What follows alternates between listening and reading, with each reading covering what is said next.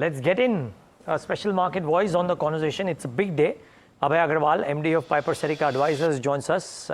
Abhay, it's been a really long time, but good talking to you. Looking forward to the conversation. Thank you for taking the time out.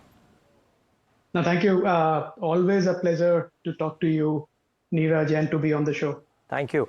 Abhay, this morning when we were talking to one sell-side analyst, the belief was that for now, the markets aren't quite pricing in any kind of earnings cuts because of the tariffs, because in most people's views, this will get resolved in a month or two. And if it were to stay for longer, then from the meager expectation that they have, which is Bank of America Securities, of 7% and 11% for FY26 and 27, there could be further cuts. I would love to understand how are you approaching the markets currently with your investment thesis, or are you also a bit more cautious because of the tariffs and other uncertainties? Yeah, Neeraj, I think from whatever we are seeing, and we are seeing some, early pickup in channel orders for the festive seasons, riding on the back of expected GST cuts. So I don't think fundamentally domestic consumption picture has changed. And that gives me the confidence to say that, look, this correction that we are going through, and it will probably continue for a while till investors get their confidence back. But it is again a good opportunity. And it is a moot point to say when and how will the tariff issue get resolved. But let's assume that it continues to stay beyond the next month and month before that. A month after that. There are two things, Neeraj, that make me confident that actually it may be, there are silver linings in that cloud. And the silver lining is the government's focus on driving domestic manufacturing and domestic consumption. And secondly, building alliances with large countries with which, we had a difficult relationship. So, I think the ultimate outcome looking beyond next 6 months, next 12 months of these tariffs is that the Indian economy, Indian manufacturing, Indian consumption will be in a much stronger position than what it is currently now, because the government has no option but to focus on that and boost that. So, definitely there will be earnings cuts, but I think investors, long-term investors, have to look beyond just next 6 months, 12 months. And on the other side, flip side, if the tariff issue is resolved and the momentum to push domestic manufacturing and consumption continues, then I think the market can reverse pretty sharply from that point of time too. Okay. Abhay, good afternoon. Hiral on this side. We're talking about the entire game in terms of how markets and what markets are pricing in right now. If the tariffs get reversed, say, in the next month or two, what is the fundamental shift that you will expect, number one? And two, which are the sectors would you advise investors to look at, taking into consideration the corrections that have happened so far? Yeah, good afternoon, Hiral. I think what I would suggest is, and what we are doing is that we are staying with sectors which are already seeing strength, which are kind of benefiting from the tariffs. And I don't think the tariff issue, even though there may be rollbacks, is going to go away because President Trump still has 4 more years to go. So we will have these bouts of uncertainties regarding tariffs and different things for next 4 years. So markets will learn to live with that. But I think for investors like us, what is very important is to find companies that are using this as an opportunity. So I think the whole EMS basket, and again, these are not my buy recommendations, but these are stocks in our model portfolio, has held up pretty well. You look at companies like Sirma, SGS, Keynes, Amber, Dixon. I think these are the companies that will benefit from domestic manufacturing and domestic consumption. And the second side, we have pharma. Now, pharma generic exports is a space that I don't think will be impacted so much by the tariff situation, because this is a non-discretionary purchase. So we are seeing already slight confidence, cautious optimism by pharma exporters, even in the middle of this tariff discussion.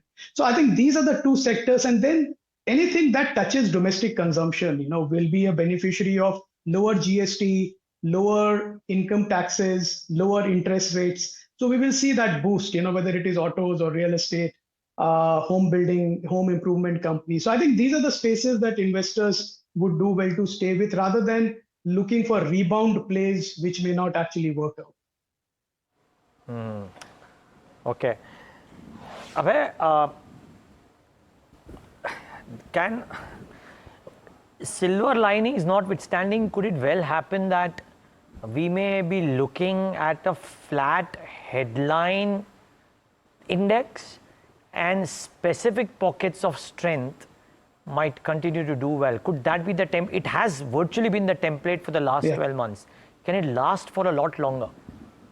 No, I completely agree with that. I think, though it's a question, so I would answer by saying that yes. I think so. I firmly believe that is happening, that the markets are changing their texture, because for a very long period of time, 60% of India's market cap has been locked in the Nifty 50 stocks. And you have a bunch of other companies, probably 1,000 of them that represent the remaining 40%. And I think this 40% is now started to express its might, its strength in terms of growth. They're getting access to good management, capital, markets, innovative products. So I am betting that over next 2 years, you will see that 40%, which is outside of the index, grow faster than what the index does. And I think that's where it's very important for investors to be very astute about what are they betting on and not just play the index, only. Okay.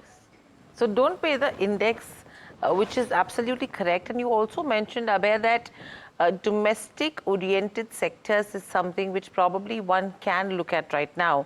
So if someone is sitting on dry powder, which sectors would you advise? Because we've been talking about, pharma is something that you already mentioned. A lot of chatter with regards to how the capex cycle plays out as well from here on. Would, the cements or building materials, these be the sectors that you would look at? Yeah, definitely, Hiral, I would look at them, but I'll caution that some of these subsectors have their own demand and supply equation, which is adverse, which has been adverse for last 4 or 5 years that we have seen. So the capacity has been coming up much faster than demand comes up, and as a result, the pricing power is just not there. So even in building materials, we are seeing that there is kind of overcapacity, cement also, overcapacity for the time being. So my only worry is that though you will see nameplate growth in consumption volumes, the supply side will also grow, so the pricing power may not kick in. So I would stay away right now from cement and capital goods and building materials. But I think other than that, just looking at the whole auto basket, looking at banks that are seeing a price correction right now, looking at insurance companies, that will benefit from GST cuts as long as they retain the ITC with them. So I think there are enough other ways of playing this rather than through cement and building material. Abhay, just one small subset. It's a very micro one, and a lot of people would have exited it. But this whole gaming thing, what have you made of it? It's being challenged as well as we speak. It's a very small subset. Do you have a view here, or I can ask you something else, by the way? No, happy to. I'm a keen gamer, but I don't like paying for, or gambling. So I think a lot of this discussion about, whether something is by skill or by chance has been decisively ruled by the Supreme Court. So I don't think there is any point in anybody appealing that. So whatever is a game of chance is banned, and I think that's the way it will be for real money gaming companies. So I don't think there is anything there for investors, frankly, for some time at least.